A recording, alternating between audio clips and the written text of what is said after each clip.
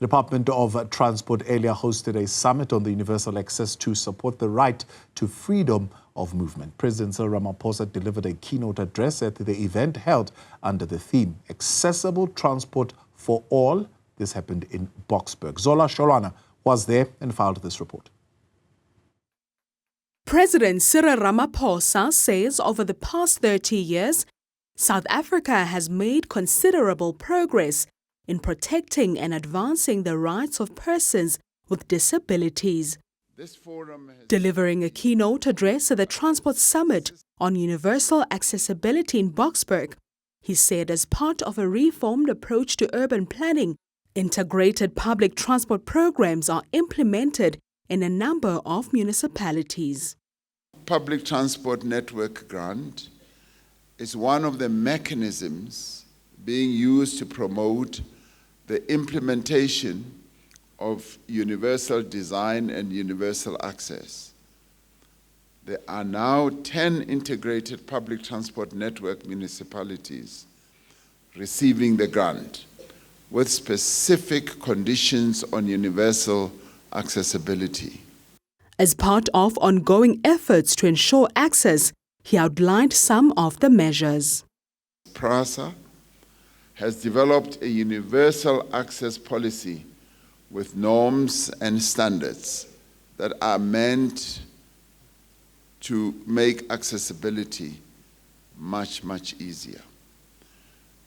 It has committed to speed up its work to ensure that trains are accessible and station platforms are level. The Gautrain has had level boarding on its trains since its inception. The Minister of Transport says more still needs to be done.